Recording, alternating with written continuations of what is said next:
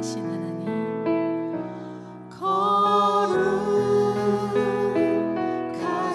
하나님, 주께 감사드리세.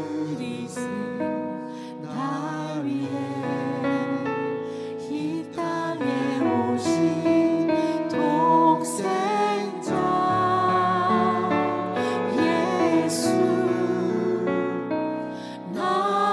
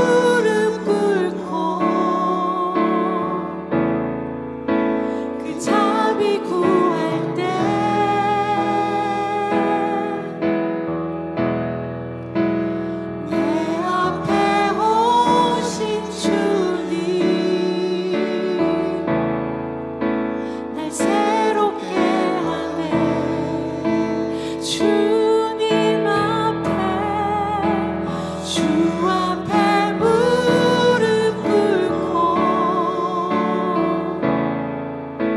그 자비 구할 때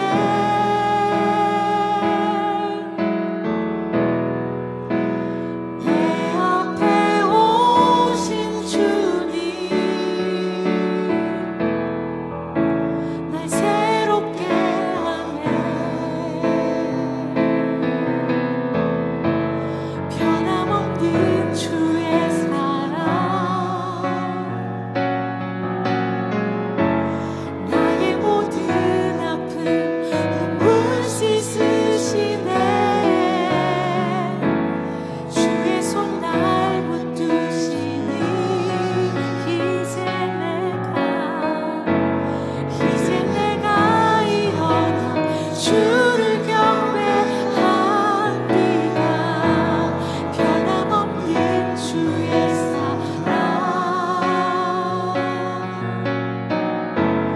나의 모든 아픔 눈물 씻으시네.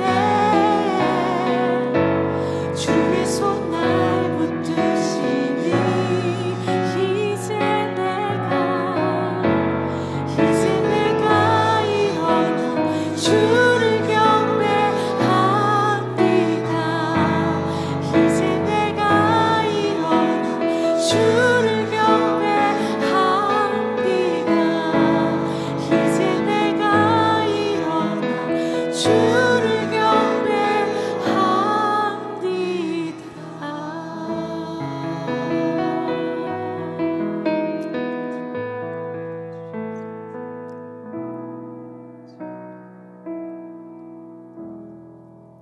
우리 함께 사도신경으로 우리의 신앙을 고백하시겠습니다. 나는 전능하신 아버지 하나님 천지의 창조주를 믿습니다. 나는 그의 유일하신 아들 우리 주 예수 그리스도를 믿습니다. 그는 성령으로 잉태되어 동정녀 마리아에게서 나시고 본디오 빌라도에게 고난을 받아 십자가에 못 박혀 죽으시고 장사된 지 사흘 만에 죽은 자 가운데서 다시 살아나셨으며 하늘에 오르시어 전능하신 아버지 하나님 우편에 앉아 계시다가 거기로부터 살아있는 자와 죽은 자를 심판하러 오십니다. 나는 성령을 믿으며 거룩한 공교회와 성도의 교제와 죄를 용서받는 것과 몸의 부활과 영생을 믿습니다. 아멘.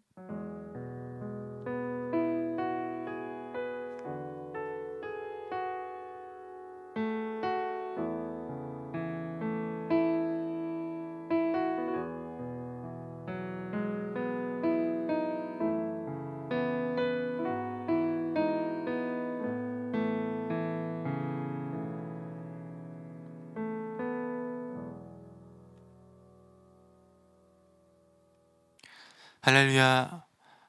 주님의 이름으로 우리 성도님들을 축복합니다.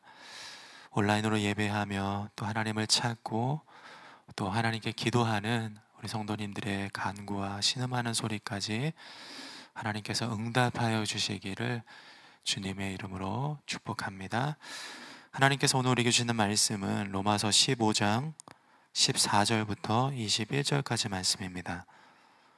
로마서 15장 14절부터 21절까지 말씀, 우리 한 절씩 교독하시고 21절 말씀은 함께 읽겠습니다.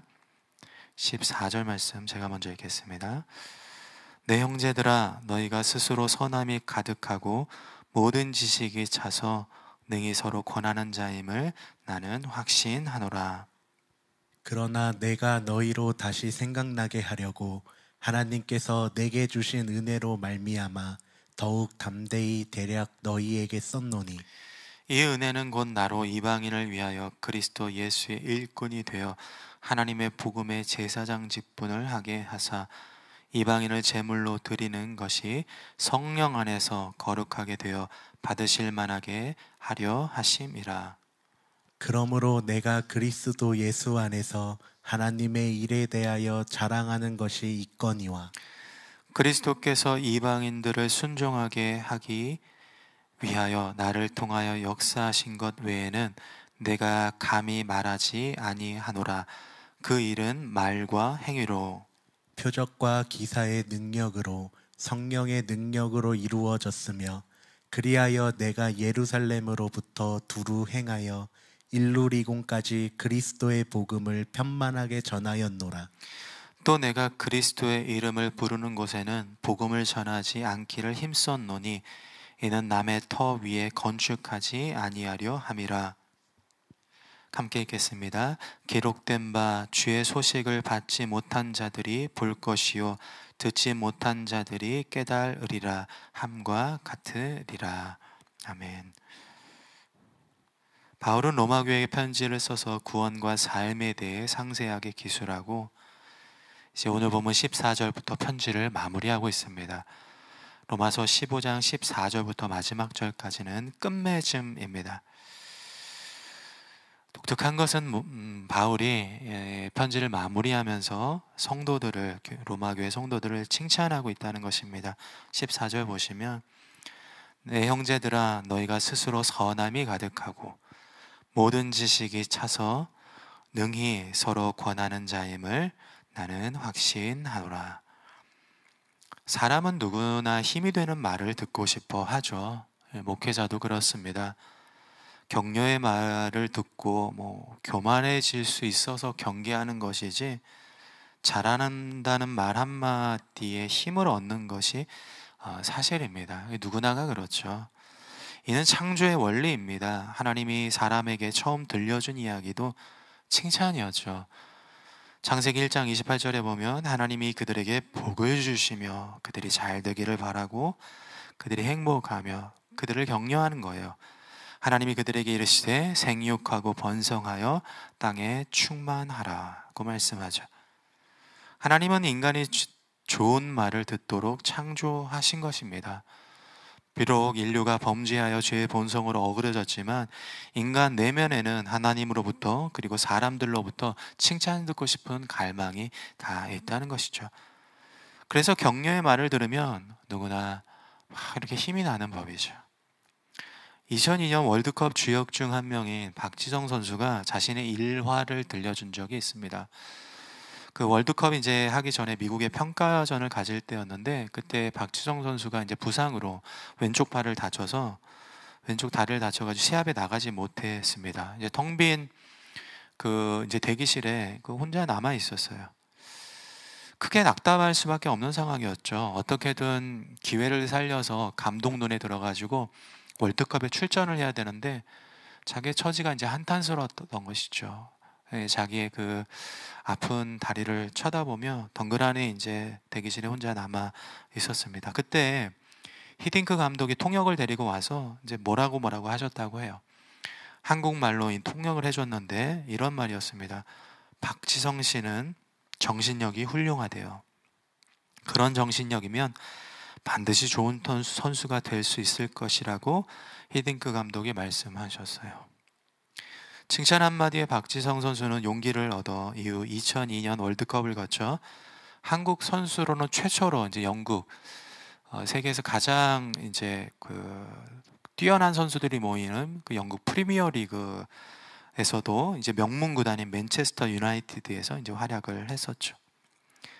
칭찬은 고래도 춤추게 한다는 말이 있듯이 다른 이들의 마음을 헤아려 좋은 말로 용기를 주는 것은 우리 그리스도인에게 꼭 필요한 자세입니다. 오늘 본문도 보십시오. 바울이 14절에 로마 교회 성도들을 격려하고 있죠.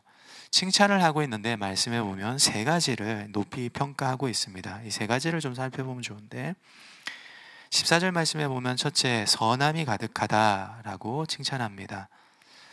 선함은 하나님의 성품을 닮아 덕스럽다는 뜻이에요.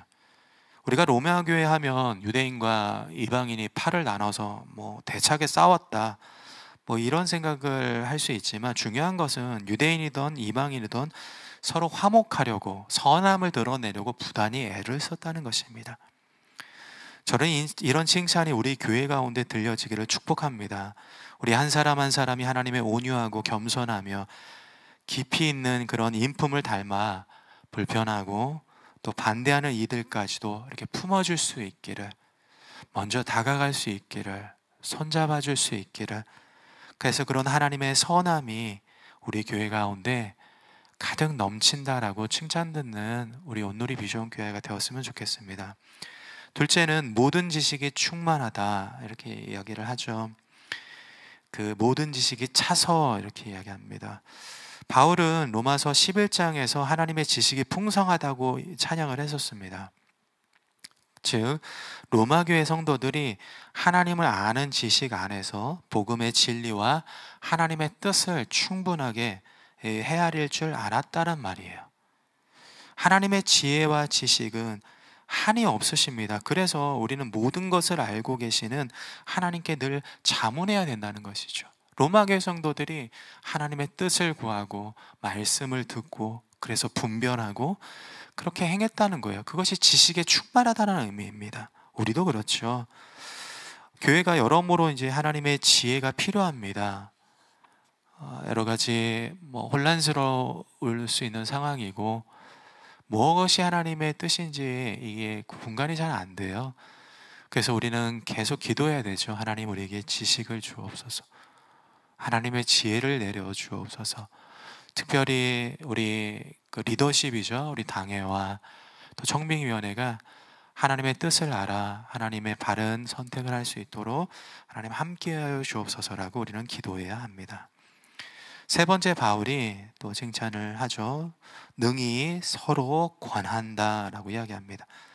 권한다는 것은 사랑 안에서 서로 이끌어주는 행위예요. 즉 로마 교회 성도들이 다른 이들을 끌어줄 만큼 성숙했다는 것입니다. 저는 온누리 비전 교회를 보면 능히 서로 권한다라는 말씀이 살아있다는 것을 느끼게 됩니다. 제가 1년 넘게 이렇게 지켜본 바로 우리 성도님들은 신앙이 깊어요. 다른 이들을 배려할 줄 알며 섬세하고 또 마음 상하지 않도록 서로를 보살피고 그렇게 서로를 격려하고 있는 것이죠. 그리고 다른 이들을 이렇게 이끌어 줄 줄을 알아요. 어려움이 많지만 교회 안에 어려움이 많지만 결국에는 우리 성도님들을 통하여 서로 권하고 서로 이렇게 이끌어주는 우리 성숙한 성도님들을 통하여 우리 이 교회가 오늘의 비전 교회가 아름다운 공동체로 세워줄 것을 믿습니다. 그렇게 바울은 세 가지 교회 칭찬을 하고 이어서 15절 16절에 이방인을 위한 하나님의 일꾼으로 바울 스스로가 부르심을 받았다라고 표명을 합니다.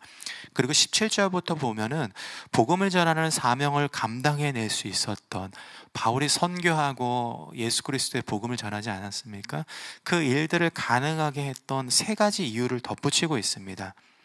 이 말씀은 전도와 선교가 갈수록 어려워지는 이 시대에 우리에게 중요한 자산이라고 할 수 있어요. 세 가지인데 첫째, 말과 행위입니다. 18절에 보시면 그리스도께서 이방인들을 순종하게 하기 위하여 나를 통하여 역사하신 것 외에는 내가 감히 말하지 아니하노라. 그 일은 말과 행위로.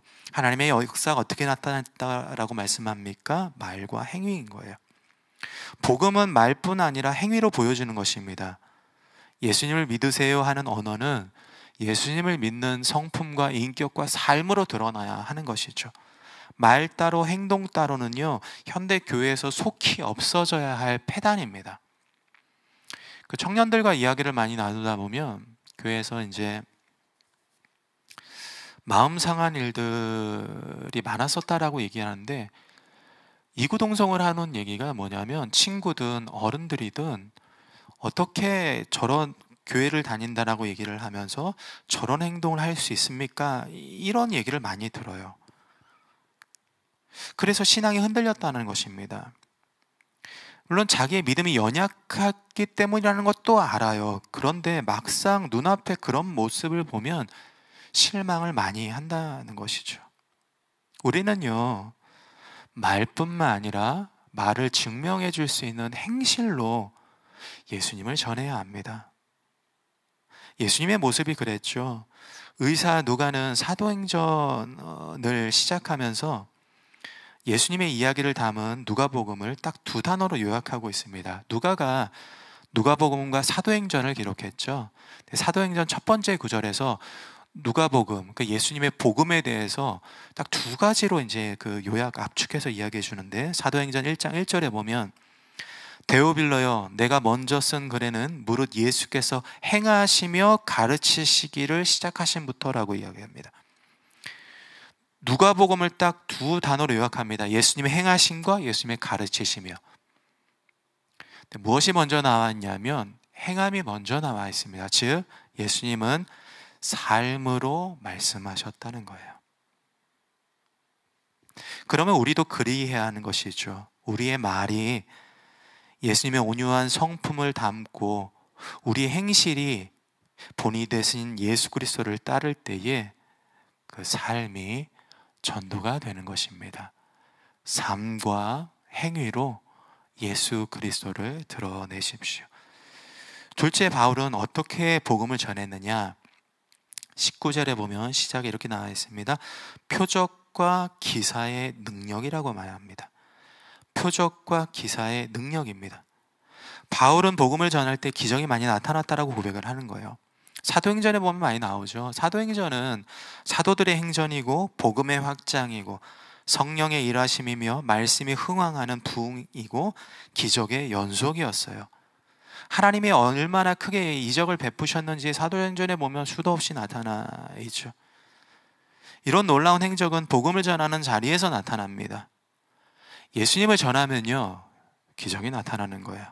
제가 어릴 때만 해도 교회에서 병고침이나 기도응답의 간증이 많이 들려졌어요.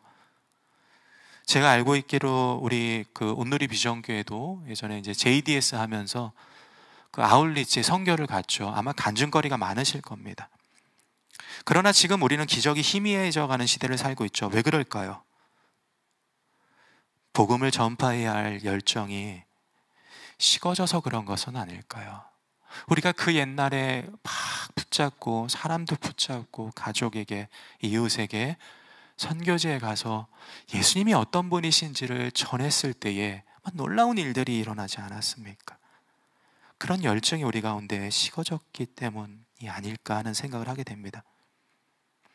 그래서 권해드리고 싶습니다. 그 하나님의 살아계심을 두 눈 선명하게 그 하나님의 기적을 보고 싶다면 우리가 그 가야 되지 않을까 싶어요. 복음을 전하는 자리, 전도하는 자리, 또 지금 아마 좋은 기회가 되실 수도 있을 것 같은데 가족과 친지들에게 따뜻한 말로 행동으로 예수님을 보여드리면 되는 거예요. 전하면 되는 거예요. 예수님을 전파하면 되는 것이죠.